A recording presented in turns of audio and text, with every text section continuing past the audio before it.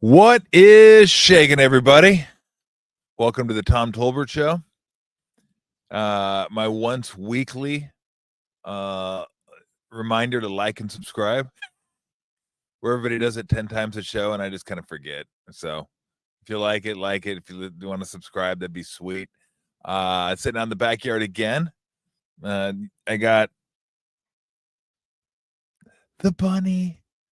The bunny's just chilling. Bunny very active today, by the way. Bunny's like just having a good time. Very social today. Just chilling, and I'm not sure what her deal is. Now I got to be careful of her because I didn't really think about this, but I was laying down on the ground stretching one day, and she came up and she was doing this where I'd move my hand and she'd stick her head right next to my hand because she wanted me to pet her head. So if I move my hand over here, she's usually like, "Yo, what's up? Are we gonna like do the pet thing? Are we gonna do my head thing or whatever?" And then I was stretching. All of a sudden, I like felt something. I go, "What the hell is that?" And I looked over, and she was humping my hand. I'm like, "Whoa, whoa, whoa, whoa, whoa, easy." I guess it's true what they say about bunnies, huh? You hump like a bunny. She's like, "Well, I am a bunny. What do you think I do? Of course I hump." And so Bunny's just chilling today, but she'll probably be part of the show. And Lou is like out, did like a light, just over in the sun. She's sunning right now, just chilling. They get Lou a Mai Tai. That needs a pool and a Mai Tai, and she's good to go. She like looks like she's on vacation. Oh, welcome back, John Joseph, too. Well done. You were like in the clink for a night. We put you in the clink, and now you're out, and you were falsely imprisoned too. You didn't even deserve it, and you got arrested. It was like you're in Stalin's Russia. Speaking of Russia, this hat I'm wearing, I'm not sure if I'm going to keep this thing on the whole time I wore it because my buddy Lester, who owns one of my favorite breweries, Bear Bottle, gave me this beanie. And this thing is thick. Like I feel like I'm in Siberia. Hey, Sergey, give me my borscht. My accents are just god awful, by the way. That was Russian, in case you were wondering. So I may take this off at some point because it's just too damn hot. Fun fact: speaking of Stalin's Russia, reading a book where it's about information, and the book is called Nexus. And Adam Harari, that's not his whole name; it's like 3 names anyway. It's great. One of my favorite books. He wrote *Sapiens* and wrote this, so it's fantastic. And he talking about the information age and like what information and blah blah blah blah, and like the information the Russians were gleaning under Stalin weren't there to provide truth. It wasn't like for a learning, and that wasn't truthful like a learning. It was to provide order. They wanted order over all their people, and so much so that I forget what it was like a party meeting or something, and everybody's coming and Stalin's going to speak, and when Stalin gets introduced, you stand and clap. Now here's the problem: when Stalin's speaking at that point, you stand and clap, and then you keep clapping, and then you keep clapping, and then you keep clapping, because if you don't clap, you're going to get clapped. So they clapped for 11 minutes. 11. And then a shop owner, I think he was like a paper processing plant or something, was there, and he just couldn't do it anymore. Like 11 minutes, I can't do this. So he stopped, and immediately after he stopped, everyone else stopped. It's like, whoosh, thank goodness somebody stopped. You want to know what happened to that guy that stopped first? That night, the secret police showed up at his door, put him in the gulag for 10 years. You think you got it bad? You don't have it bad. Okay? That's bad. That's bad. When you get put in the gulag for 10 years for not clapping for Stalin long enough. And like 11 minutes isn't long enough. Nah, not the way it worked. Not the way it worked back there. And so that, yeah, when you read stuff like that, you're like, you know what? I don't care who's president here. It's not that bad. It could be a lot worse. Trust me. And so Fun game last night. The Grizzlies and the Warriors. I mean, I can't prove to you it existed because it's a play-in game, and they just vanished. So it didn't. It did. I don't even know if it. I'm pretty sure it existed because the Warriors advanced now to the playoffs, and they were pumped last night, and they should be. Like, I know some people are probably thinking, what are they so pumped about? They've got 4 championships. They have higher aspirations, but hey, you're happy when you get to the playoffs, and this isn't that team. All right, this isn't 15. This isn't 17. This isn't 18. It's not that era of Warriors. All right, they have to fight and claw just like everyone else to make it to the playoffs, and it hasn't been easy this year. They've been much better since the arrival of Jimmy Butler, and we'll get to him in a minute. But they should celebrate. Should be happy. It's an accomplishment, and they're in. Like, they're in the dance now. So they give themselves a shot. And I didn't look today, although I did read they're like minus 160 favorites to win the series. Holy cow. I thought they'd be small favorites. I didn't think they'd be that large. Like, I wouldn't take the Warriors at that number. The number 7 seed minus 160, which if you're not into gambling, means you have to bet 160 to win 100 if you bet the Warriors. And if you were to bet the Rockets, probably a 20-cent buyback. So they're probably plus 140. So you'd bet 100 to win 140. And so I wouldn't do that. I think the Warriors, I thought the Warriors would be like 120, 130 maybe. But that's pretty rich. I still think a lot of that Warrior name carries some weight at the betting window. And Steph Curry certainly carries some weight. So, but them being favored isn't surprising whatsoever. I think the Rockets are like a 1-point favorite, something like that, on Sunday. And that sounds about right. And I said it yesterday. I thought the Rockets were a better matchup than the Lakers, so I didn't mind them getting the 7 seed. The problem with getting the 7 seed is you had to risk getting the 8 seed, and they almost got the 8 seed. Like, it was really tight last night. It was nip and tuck, like, because you didn't want the 8 seed. Right. And you didn't want to have to play a single elimination game. And then even if you win that, you got to go play OKC on a day's rest, because that game would have been Friday, and then turn around, fly to OKC, and then play on Sunday. That's totally different, a totally different scenario than getting 4 days off and going to Houston and playing. So nice win last night. Butler was incredible, 38, Steph 37. Wow. I mean, thank goodness for those two, because it wasn't like anybody else had it offensively last night. Post hit 3 threes in the first half. That was great to see. It's always nice when he can stretch the court.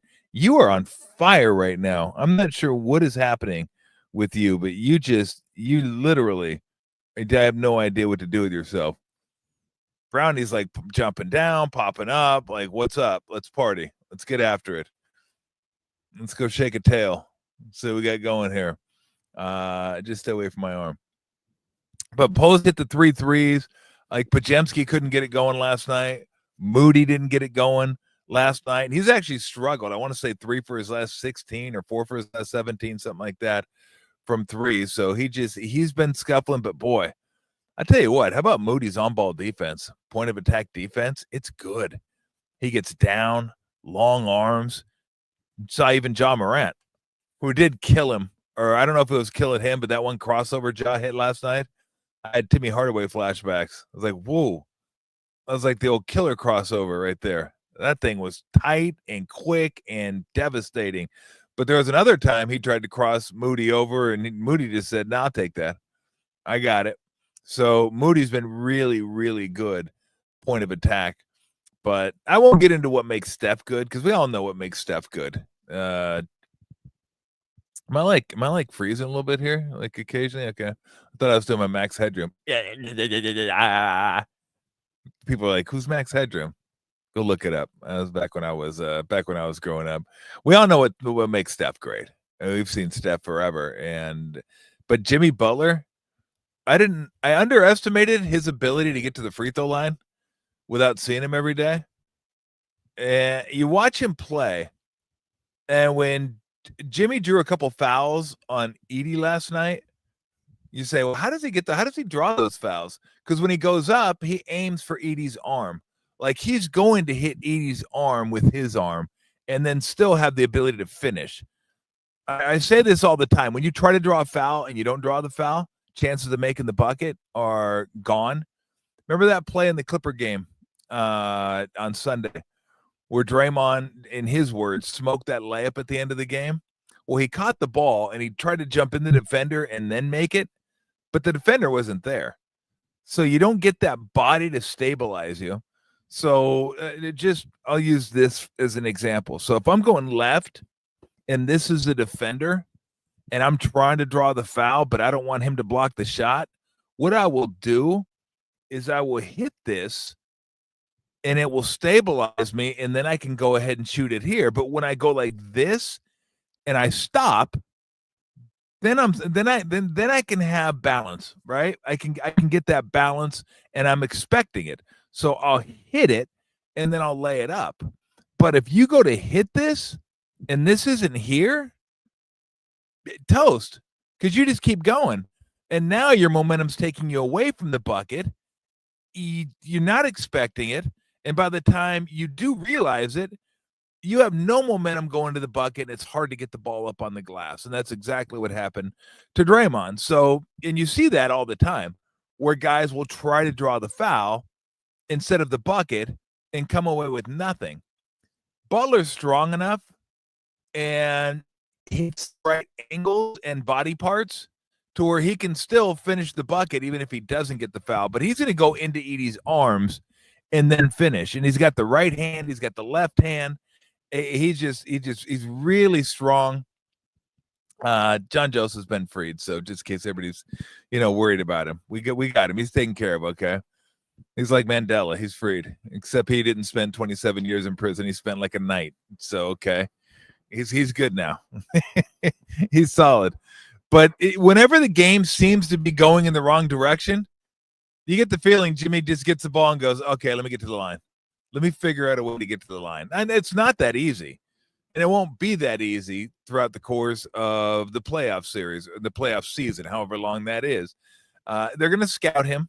They know Jimmy Butler, and they'll try to take away some of the stuff that he does. And that's the thing about the playoffs that make it intriguing. Each team sits down and says, okay, what can we take away? And how do we take it away? How do we go about doing that?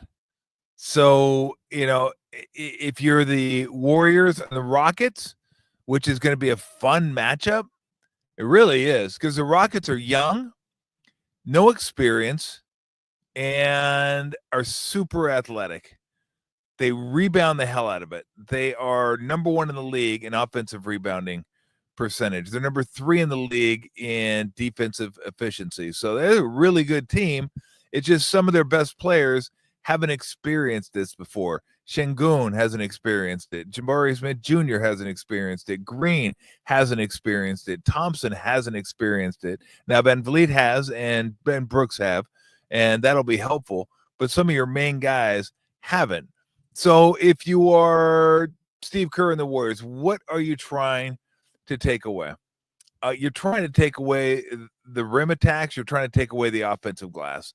If they want to shoot threes, they can shoot threes. They're not a particularly good three-point shooting team.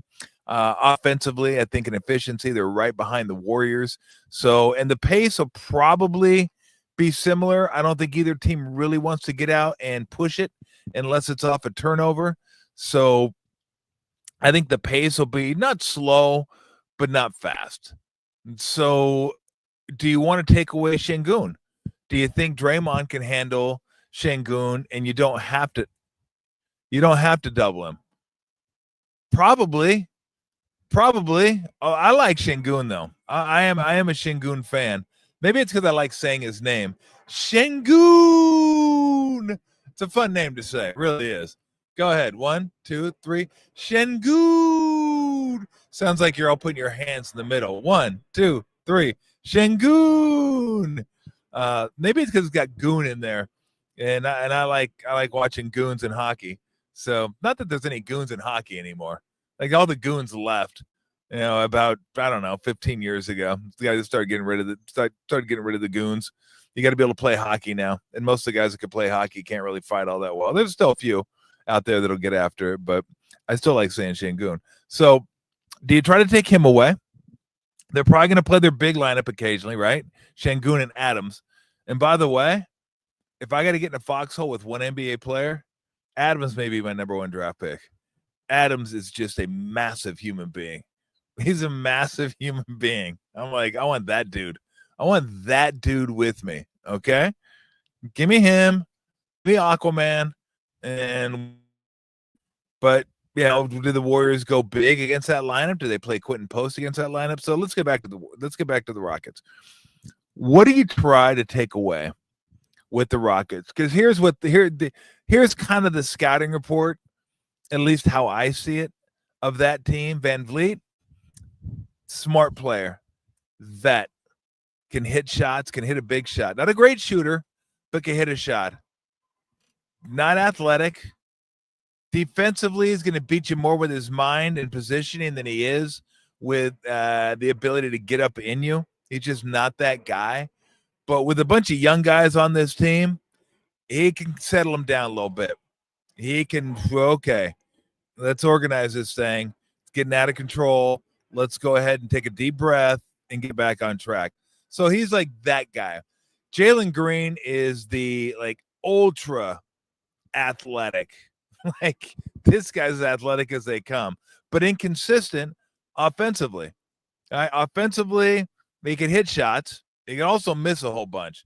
He's just as likely to go 8 for 15 as he is to go 4 for 19. He'd get one of those too, but you let him get to the rim, he's going to finish because he's got some athleticism to him and he's got some bounce to him. Dylan Brooks, everybody knows. Right? Everybody hates Dylan Brooks, and I get it. I'll take him on our team, though. Because guess what? You'd hate Draymond if he was on another team. You don't mind having guys on your team that everybody else hates, just as long as your guys don't hate him. If your guys hate him, then then there's an issue. If everybody else hates him, then he's probably doing something well. Then you probably like having him on your team. Dylan Brooks having a really good year from 3 this year. He shot the ball well, and offensively, he's been solid this year. We all know what he provides defensively. He's physical. He gets up in you. He's a pest. He's not afraid to get up in your jersey, get you talking, get you off your game a little bit. And then you have Amen Thompson, who is, you think Jalen Green's athletic. This dude is like Tasmanian devil, whirlwind athletic. I made that comparison last night to Guy Santos. Because you put Guy Santos in a game, right? It's like wind him up, stick him on the court. It's like he's just like rebound on the floor, get a ball, get it set a pick, I'll run into somebody. That's Amen Thompson, but he's skilled. He's like super skilled. And not that he isn't, but he ain't skilled like this guy. Now, Thompson can't shoot, but he can run. He can defend damn near everybody. He can jump. He gets on the offensive glass, and he can make a few plays. I mean, he can put the ball on the ground and do a few things, and he's only going to get better. Him and his twin brother, Azur, up in Detroit, they're young. I don't know how old they are. They got to be like 20, maybe 19, 20. I mean, they're young, but they're good. And then Şengün, ground-bound, not athletic at all. Good footwork, physical. We saw him get into it with Draymond last time the Rockets came to town a couple weeks ago. But, he can hit a shot, good pump fakes, left foot or left hand, right hand. Defensively, though, can be a liability. You can go at him defensively. And then off the bench, Jabari Smith Jr. is, again, another one of those long, athletic, young guys. Easton's the guy that can hit shots for you. And Ime Udoka is a guy that's just physical, well, he's not physical. He'd get fired if he was physical. But he's no nonsense, and he expects a physical brand of basketball. Like that's just who he is. So that's how they play. I mean, that's what as a characteristic of their team. That's the personality of their team. So, it's going to be a lot of Şengün handling the ball. It's a little like Jokic.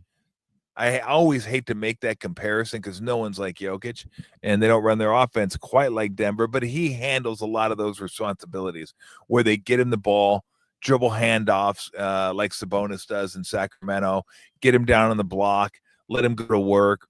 I would suspect for the most part they're going to let Draymond handle him. Now, I don't know that Draymond's guarding him, but I got a pretty damn good idea that Draymond is going to be guarding him. I mean, I always start with, okay, who's everyone going to guard? Okay, Draymond's going to guard the guy, the biggest guy, because he's the center.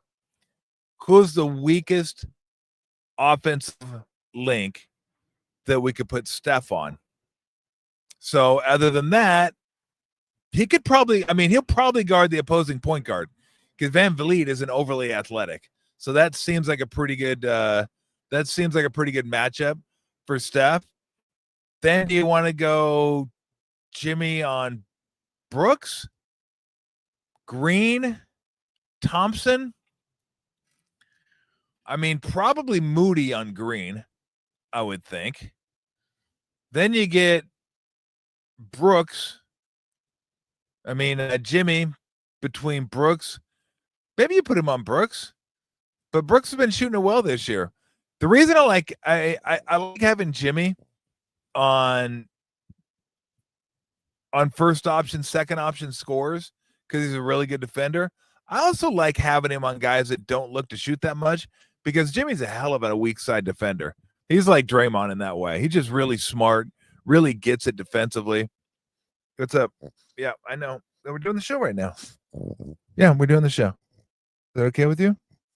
Like, I know. You gonna go to bed? Okay, go to bed. Go lay down. Look, Bunny's keeping to herself. Actually, Bunny's eating Mac's shoe. So, Max was like looking down, like, "What'd you just say?" Bunny's eating my shoe. But I love having Jimmy off the ball for those reasons. So I don't know. I guess he could guard Brooks, but he could guard Thompson too. If they wanted to put him on, Thompson. You know what? Come to think of it, they'll probably have him on Thompson and Pods on Brooks. I would think. You just got to make sure you keep Thompson off the glass. You better box him out. Because once that dude comes flying in, forget it. If he gets a runway, you're in deep trouble. You are in deep trouble with that guy. Because, again, he's super athletic. Defensively, I would think they will have Thompson on Steph, chasing him around, and then they'll switch everything. And if I'm the Warriors, I try to get Van Vliet on Steph, is what I'm trying to do. Trying to get Van Vliet on Steph and go from there. And I don't know, they'll probably have Brooks on Jimmy because he's a guy that physically can match up with him. And then Şengün on Draymond and so on and so forth. So, but it should be a really, really fun series. I think it's a good matchup for the Warriors because of the lack of experience. But it's not going to be easy. I don't think, hey, we're the Warriors, we're just going to roll into this thing. Let's remember, the Warriors almost had the 8th seed. Maybe if they would have won that game, last game was in doubt with like a minute left. Oh, by the way, have you ever seen a game where the team couldn't get the ball in bounds at the end of the game? I've never seen that. If you're Aldama, just throw it up in the air. How do you not release that ball? It's like I remember a game, and I remember going back and forth on this forever. Like I was the biggest Waffle House on this issue. Derek Carr. Is Derek Carr good? Is he not good? Is he elite? Is he not elite? And I kept going back and forth. Yeah, he's really good. He throws a really good ball. Look what I really like Derek Carr. Really. And then I watch him some games and go, bro, this guy, no. Oh, look at him this play. Oh, man, look at that throw. There were a few years there. Before he busted his ankle that year, he was dropping dimes down the sidelines. Just these beautiful, woo, pow. Boom, Raiders were rolling. He was rolling. And I just thought, this guy is really good. And then he'd do some stuff where you'd like, this guy is never going to, it's not going to be. And then I just figured he's in the middle somewhere. He's one of those type guys. Point I'm going to make that took me a little ways to get to with Aldama was I was watching a game, and I want to say it was against Ogden's Jaguars. Maybe it was the Colts. I'm not positive. I think it might have got hurt against the Colts, but I think this was against the Jaguars. Maybe not. But it was 4th down, end of the game. They were down. Raiders were down at the end of the game, and 4th down, last play. Raiders score. Either they tied it or take the lead. So 4th down. So you got it. You right? Okay. Ogden says, yeah, it was the Jaguars. And so what did he do? He did the one thing, the only thing you can't do. He threw it out of bounds. He threw it away. And that's when I was officially out. I'm like, okay, I'm out. Like, there's just no way as a quarterback of a team on 4th down, you can throw the ball out of bounds and the game's over. You can't do it. I don't care if you throw it behind your back, between your legs, if you just throw it over your head, it doesn't matter. You got to get rid of it. And if you get rid of it, you have to keep it in play. You can't throw it out of, I'm just throwing it away. For what? You have no more. The game is over. What are you doing? Like, that's when I was like, okay, fuck it. That's it. I'm done with him. Done. Like, he's good enough. He'll win you some games. And he looks the part, right? And he throws the part too. Like, the ball looks great coming out of his hand. And that's the allure, right? That's the, oh God, this guy can, but there's always something else there that you have as an athlete. There's always that something that analytics can't quantify, that you see it and you're like, no. Took me a while for him, and I finally said, bro, that's it. You just threw the ball out of bounds on 4th down at the end of the game. And they were like at the 10. It wasn't like, not that it is an excuse, but it wasn't like one that he chucked from the 50 and it went out of bounds. Like, you just, I threw it too long. I screwed it up. This was like at the 10. Like, of course you're going to be able to throw it out of bounds. I didn't see it. It didn't develop the way I thought. The defense was different than what I thought. So my point is, if you're Aldama, you got to have that clock in your head, right? It's like, as a player, it's getting late, and I got to call a timeout. Well, they didn't have a timeout. So if you don't have a timeout, what do? Just throw it anywhere. It doesn't matter. What you can't do is hold on to it. The Warriors take the ball, and what do? Get it to Steph twice. So that game was definitely in the balance at that point. Once Aldama just went brain dead and said, can you imagine him? If he was the one that ended up catching one of those John Morant grenades, he'd be just like, oh, yeah. Or his jaw would do. He didn't do that last night. Good for him. Just grow up a little bit, Jaw. Just a little bit. You're good. All right? Stop bringing weapons, imaginary or otherwise, to the arena, and we'll all be good. And you'll be better off for it. My man's sitting on $1 billion lottery ticket. Just don't screw it up. Because if Stern was here, he'd be like, bro, you got another chance, and you're going to be out. You're going to be out of the league is what you're going to be out. Oh. Oh, you saw that, didn't you? You're like, don't make fun of me. She goes, that's some BS. Don't do that. Yeah.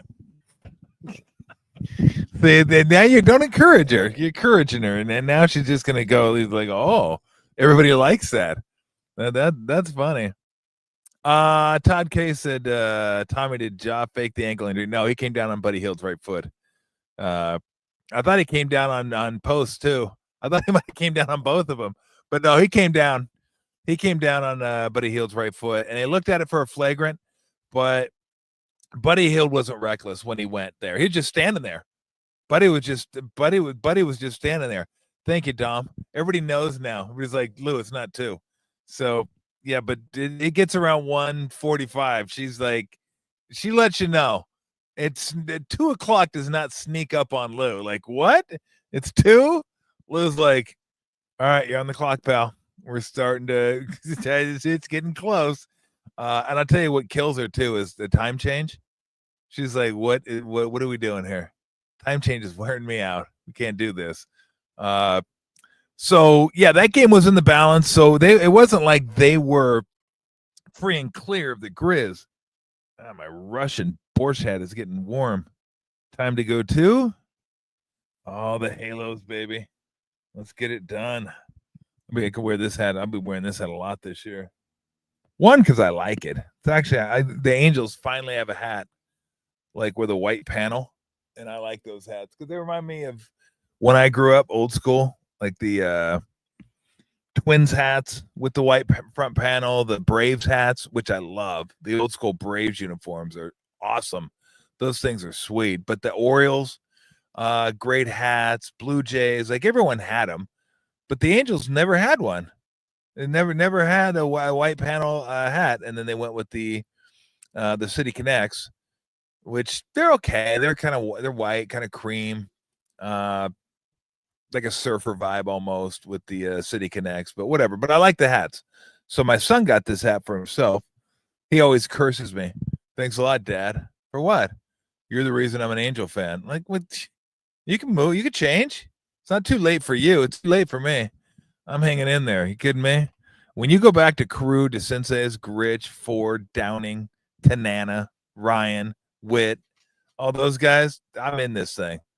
I'm in this thing, and I'm not getting out of it. Even though my good friend Steve Kirk keeps trying to convince me, come on over, be a Dodger fan. I'm like, look, I'm not going to be a Dodger fan. I'd rather root for the Nazis and root for the Dodgers, okay? Sorry, ain't happening. And you know my disdain for the Nazis, pretty severe. Dodgers, even more. Why would I root for them now that they're winning? I'm going to root for them now they're winning? Like, get out of here. I'm rooting for the damn Dodgers.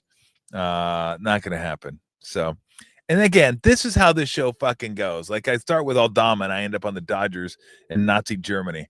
I mean, go figure.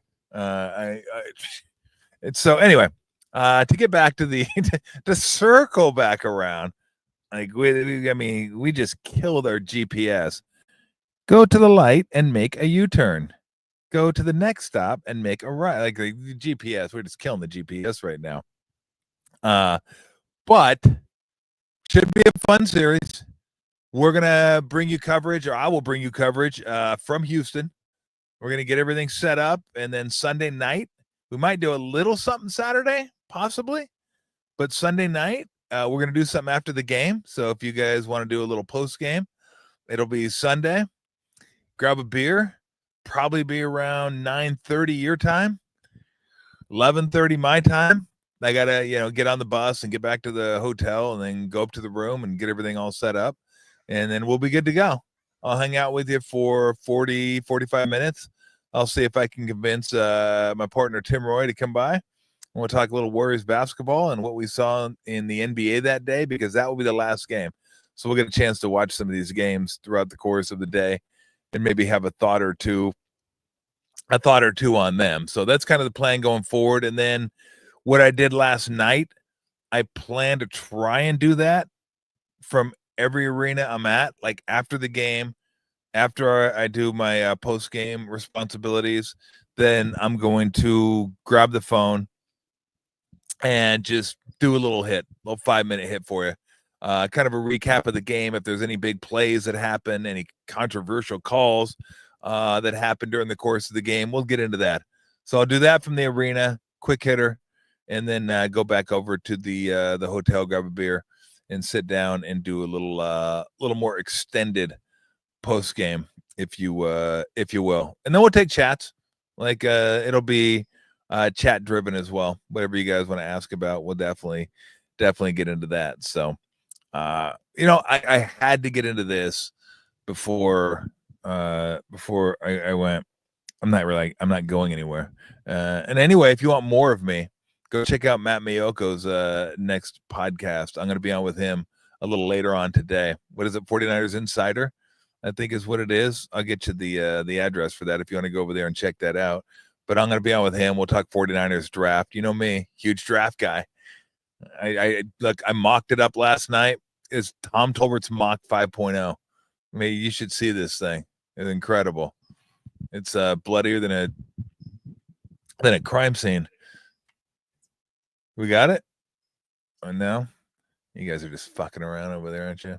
But I did have to get to this. So Nico Harrison, the general manager of the Dallas Mavericks, I think it was yesterday, right? Held a press conference yesterday and said, no regrets. I have no regrets for trading Luka. And you know what? I'm okay with that. He should say he has no regrets. I hope he doesn't have regrets. It's only been a month. So if he has regrets now, then boy, you drop that one. They're going to eat you. They've already eaten you alive. They'll continue eating whatever they do. That sounds weird, but they'll kill you even more. They hate you there. You come back and go, yeah, my bad. Messed that one up. Sorry. I don't think that's going to go over well. I really don't. But here's what you can't do. You can come on and say, look, I defend this trade. You could come on and say, I wanted to go defense first. You could sit in front of the mic and say, I wanted Anthony Davis. You could come on and say, defense wins championships. And that's my mindset. And I didn't think Lou. Well, it is Luka. But I didn't think Luka could provide that. Didn't love his work ethic. Didn't love a lot of things about him. I mean, I could say what you should have loved is, 39-9. Should have loved that. But, whatever. To each their own. Some people don't like 39-9. Some people don't like 38 anyway. It's so whatever. Here's what you can't do, Nico Harrison. You can't have a press conference with hand-picked media with no recording devices. Seriously, what kind of press conference is that? Are you afraid of what you might say? Can you not back up the trade with facts? Can you not sell the trade like this is exactly why I did it and stand by it? No cameras, no recording devices, hand-picked media. I was like, that doesn't sound like an American press conference. I'm not going to go as far to say a Stalin press conference because I don't think anybody's getting sent to the gulag for not cheering for Nico Harrison. But it didn't sound like, hey, it's a press conference. Because here's usually what happens in press conferences. They send out a memo. Press conference tomorrow at 12:30. And then media shows up. They have their cameras. They have their recording devices. And you go in there and you do it. But the no recording devices and we're going to handpick who's here. That doesn't sound to me like you're fully confident in being able to explain yourself and the rationale you had for trading Luka Doncic. It reminds me a little bit of the Hall of Fame voters, pick your sport, that want to be anonymous. If you're voting for the Hall of Fame, you should be able to explain why you voted for someone or why you left someone off. I get a lot of hate on social media and people are calling me a clown, an ass face. I don't like that. So I just want to be anonymous. Here's an idea for you. Hand in your credential. Stop voting on the Hall of Fame then. If you're that soft, just don't vote on it. Or does it give you a thrill? I don't know. Is it like a prestige thing? Like, hey, look at me. Vote for the Hall of Fame. Here's my card. If you can't explain yourself, then don't vote. And if you can't withstand the heat, don't vote. I voted for MVP one year. I voted for Sixth Man of the Year, Rookie of the Year one year. And when I did it, took it seriously and dug into the numbers, and ultimately it came down to winning. Whoever was on the winning team probably got most of my votes. Not always, but winning means something to me because that's kind of the point of the whole exercise is to win. But I wouldn't want to do the Hall of Fame. That's forever, man. This means a ton to these players. So I get it. You better dig in. You better do your due diligence. Really? Hall of Fame talk boring you? Me too, generally. How does she know that? She didn't even see it.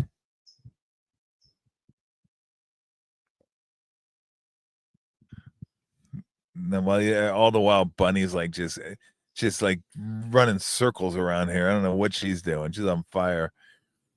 So if you're voting for the Hall of Fame, you're going to take it. I hope you're taking it seriously. I just hope you're taking it seriously. And in that, you should be able to explain yourself. And then people should say, okay. All I ever say, there are people that vote for the Hall of Fame that I'm like, are these people like on dope? But if you can explain yourself and you like, there's a rationale behind what you're saying, whatever, that's fine. You spent the time. That's cool. I don't have to agree with you. That's fine. No big deal. Somebody said no Clemens, Bonds, or Pete in the Hall of Fame. What hall? Well, that's a whole nother thing. I don't even care about that anymore. I mean, like, I used to be anti Bonds and Clemens because they juiced up, but now I'm like, I don't care. Who cares? How many juices are in? I just don't care anymore. Put them in. Maybe, I mean, one of the greatest hitters and pitchers of all time. Anyway, you get me off damn track. My whole thing is the process. The process, you should be able to explain the process. Going back to the Mavericks, Nico Harrison should be able to explain why he made that trade with conviction. And like, this is why I made that trade. Okay, period. And if you're going to do that and you feel confident in yourself, why do you need to ban recording devices? Why do you need to ban cameras, tape recorders? Why do you need to handpick the media? That's the part that kills me, the handpicking the media. I mean, that just sounds like again, it doesn't sound democratic to me. Is it I'm not going to go as far to say, anyway, I'll move on. We already spent enough time on that. So if you're Nico Harrison, really, I mean, proof's going to be in the pudding anyway. Either you're going to get there, you're not going to get there. I know. So we'll see. I think most people thought it was a horrific trade. I thought it was a bad trade. I thought horrific went a little too far because you're downplaying Anthony Davis's significance. But I agree with a lot of people. Hey, how about making him pitch in a couple ones, maybe like 3 first rounders, something like that. And you just we're good. We're good. And I like Christie. I do. I like Max. That is. So, but look, said it before, I'll say it again. You don't trade statues. You keep statues in your organization. And there's no one who watched Luka go back to Dallas and torch Dallas. No one who saw that introduction would ever think Luka wanted out of Dallas. Luka did not want out of Dallas. Oh, Todd K bringing back good memories. One of our callers who passed away, R.I.P. Salty, asked me one time, and I love messing with Salty, but I asked Salty one time, I go, you think Kaepernick's a Hall of Famer? And he said, are you on drugs, Tom? Are you on drugs? Like, it's so funny that I'm pretty sure he thought I was being serious, but I just loved yanking his chain. He was so much fun too, talking about Salty's workouts and working on the buys and the ladies he was dating and all kinds of stuff. But Salty was special. Salty was something special. And so, all right, let's do some comments. Those are 2 things I wanted to get into today. We'll do more NBA playoffs as we get going. I will tell you this: the Knicks were big favorites over the Pistons, like minus 370. The Pacers are favored about 190 over the Bucks, and the Lakers were about 2-1 over the Timberwolves. And so, and I would suspect that OKC is going to be a monster favorite over Memphis, but they won't be as big as Boston, Orlando, or Cleveland, whoever they play. That's going to be your biggest favorite of the first round. Cleveland and whoever they play. But Boston's going to be huge too. So should be fun playoff series. Looking forward to it. But we'll take some comments, throw them up there, let them rip. Anything you want to get into playoff wise, Warrior wise. Oh, and again, real quick. Okay, what's your opinion of Kuminga's DMP? Do the Warriors need him versus the Rockets? I played good against the Rockets this year. He really did. But it's playoff time. And again, he played well against the Rockets. I want to say that was before Jimmy got there. So, with Jimmy on the court, he doesn't fit quite as well because he doesn't space the court. And I'm not. There's some people that love Kuminga. I'm not one of them. I don't dislike him. I just don't like him with some of the combinations the Warriors have. And I think he gets stuck sometimes. He's not sure exactly. Like, his feel for the game isn't great. He reminds me of Wiggins a little bit in that regard, where I love Wiggs. And Wiggs can be a really good player, is a really good player. It's just his feel sometimes a little off. Like I always say, some guys know how to play ball, some guys don't. And that, I don't say that those two guys don't know how to play, but they're not Butler or Green or anywhere close to it. Like, those guys instinctually feel the game. They just get it, understand it. And that's not really where he's at. And plus, Kuminga doesn't stretch the court. And you want as much floor spacing out there as possible, especially when you have Draymond and Jimmy Butler on the court at the same time. You can't have a third guy out there who's not spacing the court. Then it becomes a little more compacted. Then they can spend more time and their attention on Steph. Harder for him to get open because they're not worried about guys. That's why Quentin Post is so valuable. He's so valuable because he can stretch the court.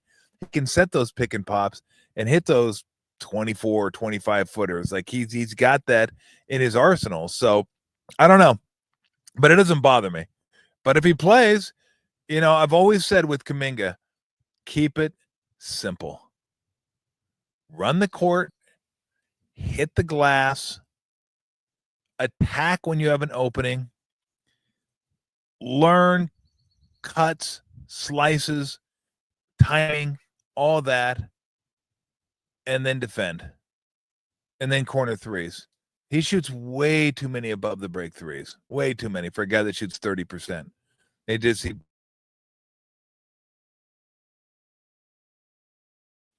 All right, we'll continue on. Taking some comments. Oh, what I was going to mention is I forgot to mention this yesterday. Jackie Robinson Day was yesterday. Can't believe again, this is how I work. I just go and I talk, and sometimes I forget stuff.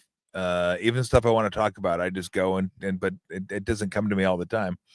And Logan Couture. Congrats on a great career. It sucks that it ended because of injury. But we're hoping to get him on at some point. I always like talking to him. Classy guy, really good hockey player. Sucks it had to end this way, but cap tip to Logan Couture. All right, who you got tonight? Kings, Mavs.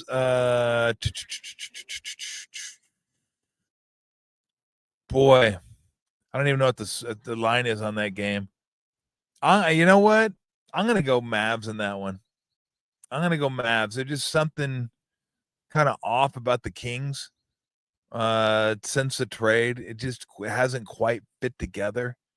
Yeah, I'd like to see the Kings get it done. I like the fans. And I love the arena. And, I was hoping that De'Aaron Fox would stay and there'd be a rivalry between the Kings and the Warriors that lasts forever, but not forever, but for a while. That ain't going to happen. And so, but I wouldn't mind seeing the Kings. If Kings get in, that's cool.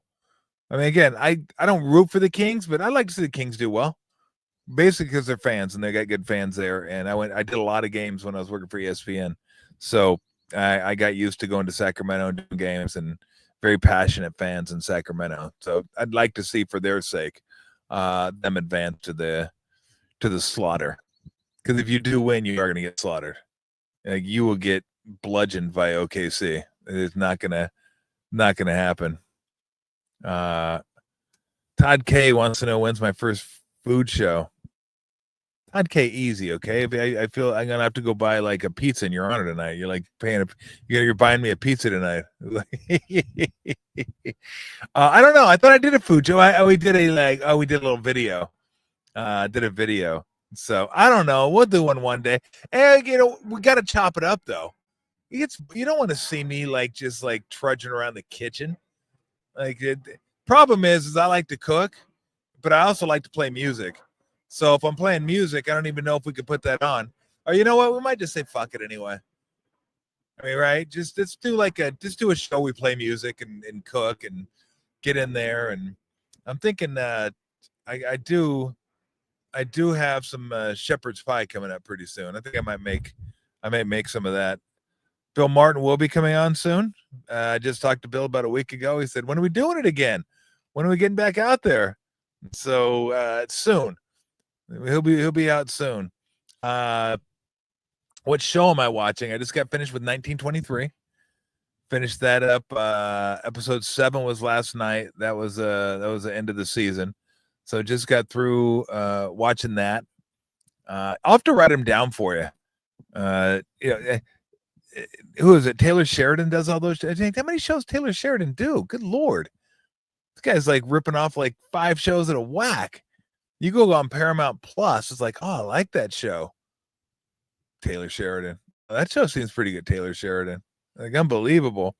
But there is a new show that I just started watching that I'm going to recommend just based on the fact that I like Tom Hardy. And Tom Hardy seems like a cool guy. I don't know if he is or not.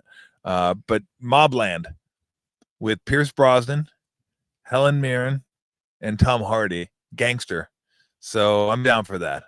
So that's going to be my new show. I watched Broadmoor not that long ago. My wife had been on me to watch that one for about 8 years, and I finally said, I'm going to watch this show, and it was good.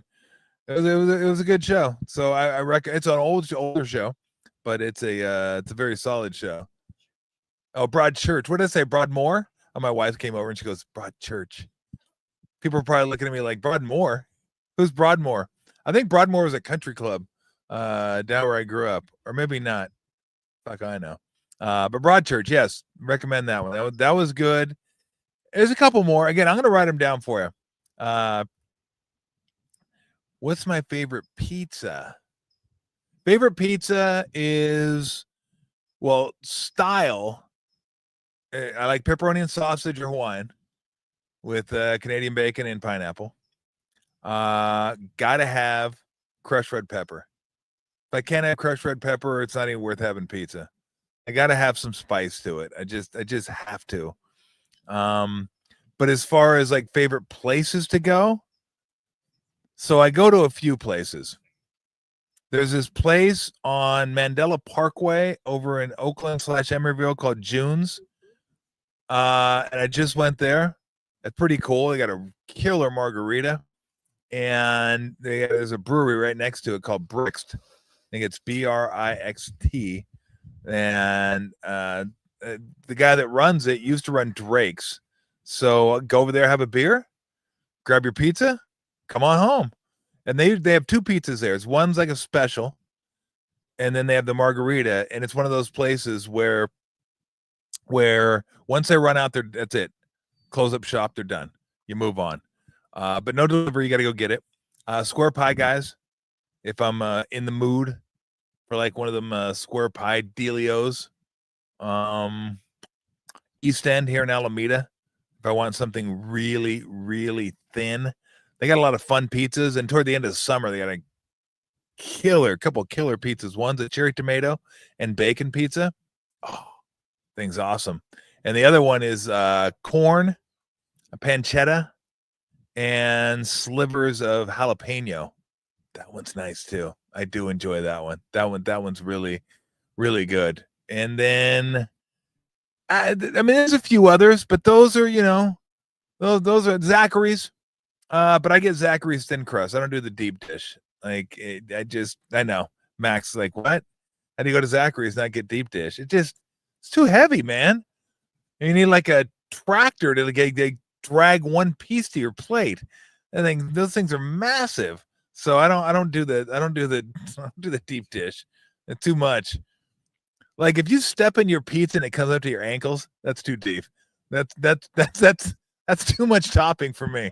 So I try to keep it slim, keep it streamlined. So, but those are probably four I would say that that we'll get when we get pizza. Last of Us season 2, yes, Dom, I'm into Last of Us season 2. I played the video game, so it's pretty cool to watch the season. And unlike most video games, this show doesn't suck. Because usually you watch shows that follow video games, you're like, this blows. This blows. Like nope, not a chance. I'll tell you what was good. Two video games that I played, okay, that the shows were really, really good. One was Fallout. So Fallout, one of my favorite video games of all time, right? I do the third person. I got to do third person. My kids do first person, Call of Duty and all that stuff. I just get too disoriented when it's first person. Because like I don't know what I'm doing. I just end up like shooting at this, you're like and you're just like shooting everywhere and hoping to hit something. Like no accuracy whatsoever. But when I have the third person, I can see my little avatar and move around. It just becomes much easier for me. So anyway, Pine Needle, yes, there is bad pizza. Trust me on that one. When it tastes like cardboard, it's bad pizza. When the sauce looks like somebody wiped their ass with it, bad pizza. But so Fallout was really good. One, I thought the story was really good, and Walton Goggins he's the man. I love that guy. I saw that guy in Justified a number of years ago with Timothy Olyphant. One of my favorite shows of all time. If you haven't seen Justified, check it out. Anytime you can watch a show that they say holler, and they're not talking about yelling, they're talking about where do you live down in the holler. You got to watch that. And of course, there's moonshine there and all that kind of fun stuff. So down in Kentucky, I think. Great show. Walton Goggins is fantastic. I try to watch whatever he's in. No, I haven't seen White Lotus. Okay, that's another one my wife's trying to get me to watch, and I haven't quite got there yet. I figure, I set the template with Broadchurch. I got an 8-year grace period, so hopefully I'll get there. But Fallout was fantastic, and then Last of Us is really good. Pascal Perez, first time I saw him was in Narcos. Yeah, Narcos, great show. If you haven't seen that one, what are you doing? Oh, what are you doing? You got to watch Narcos. They got the, Narcos is so good. So watch Narcos, Pascal Perez in that. Really good. But Last of Us, I like Last of Us, yes. Really good show. Again, played the video game. And I haven't played video games. I think the last video game I played was God of War. And that's a great video game. So I don't know if there's going to be a God of War. Like that one, I don't know that they could do it justice. Like Last of Us and Fallout, the story lent itself to, the video game lent itself to being a good story. And then they did a good job with it. Like I don't think God of War is one of those that they could do that with, but it's a kick-ass video game. No, dude, God of War is the man. That dude just goes and wrecks shit. I love it. Todd K says maybe you can get Martha Stewart on your cook. Yeah, I can get Martha Stewart coming on my damn cooking show. She's only been to jail once. Yeah, that's right. Like our listener, like our follower, he's only been once. So yeah, I'll get her on. Maybe we can make some doilies. How great would that be? You make some doilies and some like lemon curd or something like that. Whatever the hell. That's something I don't do. I'm not a baker. I'm just a cooker. But yeah. So I'll give you I would say the cooking is literally probably about 5 things. 5 things is like chicken parm, because it's super easy. And here's my secret to everything. Spend more on the ingredients. It covers up the fact you're not a great cook, but the ingredients are the star anyway. So I don't have to doctor it up. I just let the ingredients take over. So chicken parm, credible. Get some chicken breast, get fresh marinara. I get that at the butcher shop. Awesome. Get the best mozzarella cheese. You're good to go. Get the best breadcrumbs. Not that that's a huge deal. I don't think there's a big gap in breadcrumbs. Like, oh, this is the Ferrari of breadcrumbs. This is the Pinto of breadcrumbs. Like, if I can breadcrumbs, I mean, it's not that big a deal, right? It's like mozzarella. There can be a big gap in your mozzarella, right? You can have a really, really nice mozzarella and then probably mozzarella that's like, not great. But so that's what I do. And then it's easy, right? You bread it, you egg it, you fry it, and you stick it in the oven, and you're good to go. Shepherd's pie, I do. Again, super easy. The great thing about shepherd's pie is it tastes great, and you knock out a starch because it's right there on top of the dish. You got your meat, you got your starch, whoosh. You can call it a day at that. You didn't even got to go veggies if you don't want to. You want to, corn, whatever, but I'll slap some shepherd's pie on a plate, and I'm good to go. Like, just moving on. And it's, again, super easy, really easy. Just follow the ingredients, but get really good. Like, get some like good ground round. Get some good beef. Again, it's all about the ingredients. If you're, I don't consider myself a good cook. I just like to try stuff and fun stuff, but I follow the instructions. Chicken marsala, love chicken marsala. That's one of my favorites. Chicken marsala sauce, all that. Put it on top of some noodles. Good to go. Done. Cherry burst shrimp pasta. Super easy. Shrimp, cherry burst tomatoes, pasta, red chili flakes, garlic. You're good. Yeah, keep moving.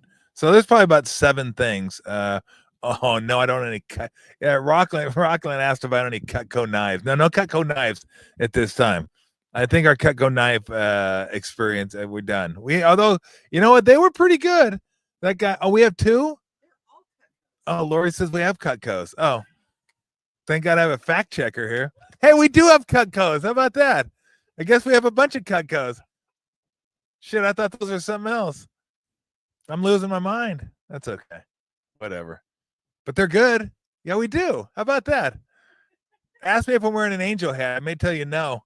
I have no idea. So, yes, I guess they're all Cutco knives. So there you go. I'm glad my wife was out here. Lori's like, they're all Cutcos. Yeah, because I'm, what do you want me to say? Now, Todd, you don't need free sharpening for life. They are sharpened for life. Like, you don't even need to sharpen them. So, hey, Tom, please host a chicken parm feast. Well, I'm going to cook chicken parm for everybody.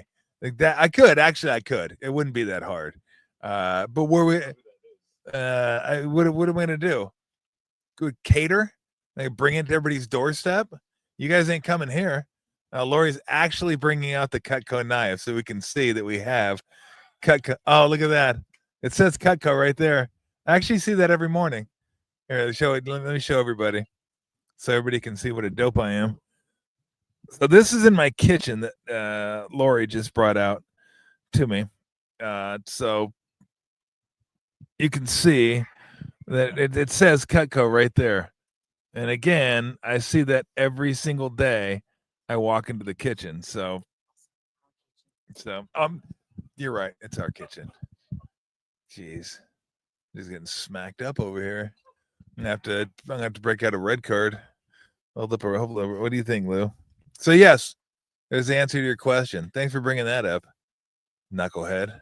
Appreciate that. So, do we find out Mayoko's, because I want to promote Mayoko's podcast that I'll be on. So yeah, I don't know that I'm doing a chicken parm for whoever that was. I don't think that was a person that was part of the Bay Area Sports Collective.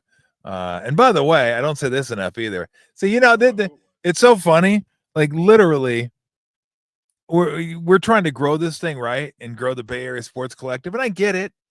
Like, I know all the things that I should be doing. I should be saying, hey, go follow Polly's Particles, and go follow Lund every morning. And you should, right? You can like and subscribe their shows too. But I don't even say like and subscribe my show. Like, how am I going to remember everybody else? I can't even remember that. So I just, I'm just here. I just show up and just talk sports. No, I'm not on drugs. I don't do drugs. I don't even do pot. I do beer. You guys know that. I don't do anything. I've never. I tried pot one time, gagged, quit, done. So that was it. Literally, that was it. I don't even do like pot gummies. Like Lori does pot gummies to help her go to sleep, and Haley does them. That's sleeping. My brother has those little like Tipperillos, those like thin ones. Ogden has some in his pocket right now.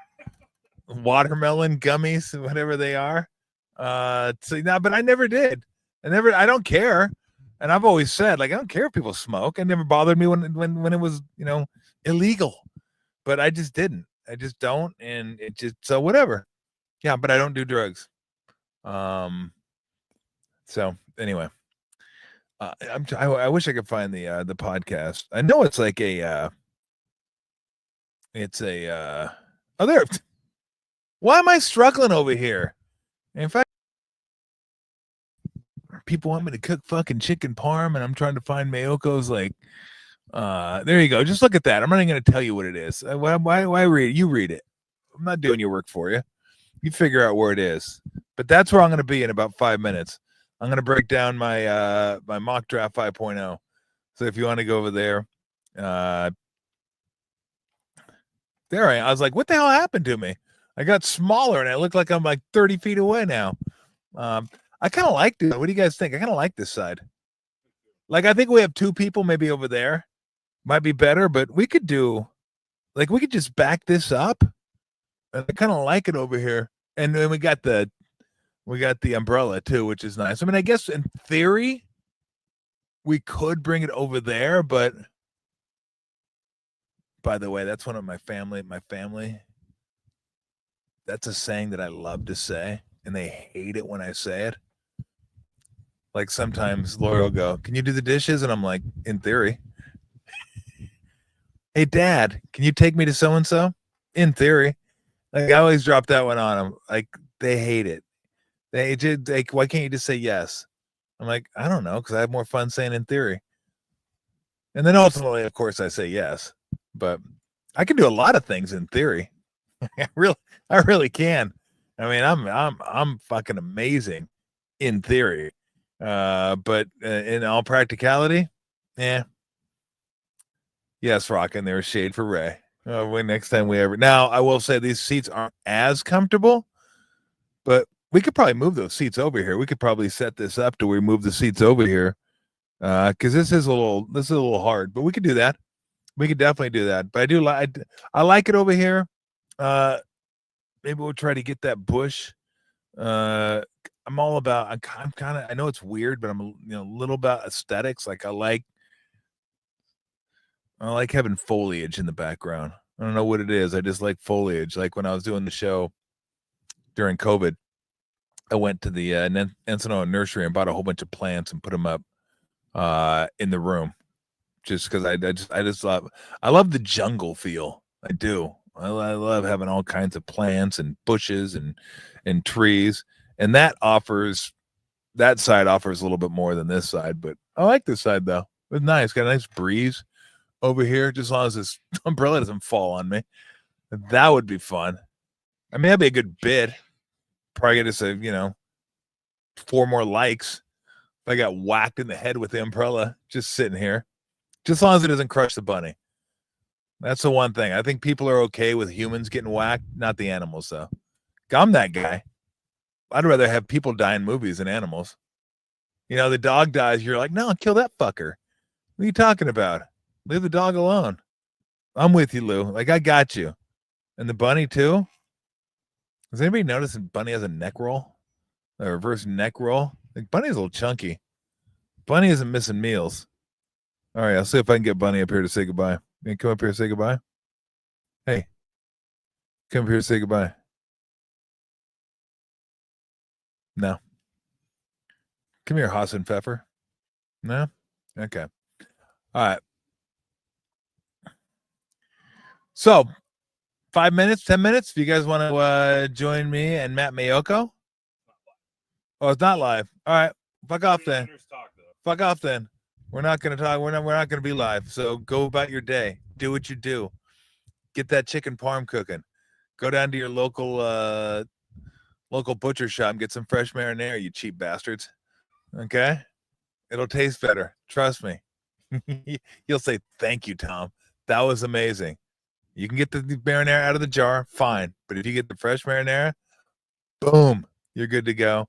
And thank you, Dom. Yes, no animals were harmed or ever will be harmed. Well, no, I got to be honest. I can't say that because the cats will come out here and tear up a bird, much to my wife's chagrin and mine too. I'm not real, thrilled with that. But if an animal was harmed during the making of this show, it was by another animal.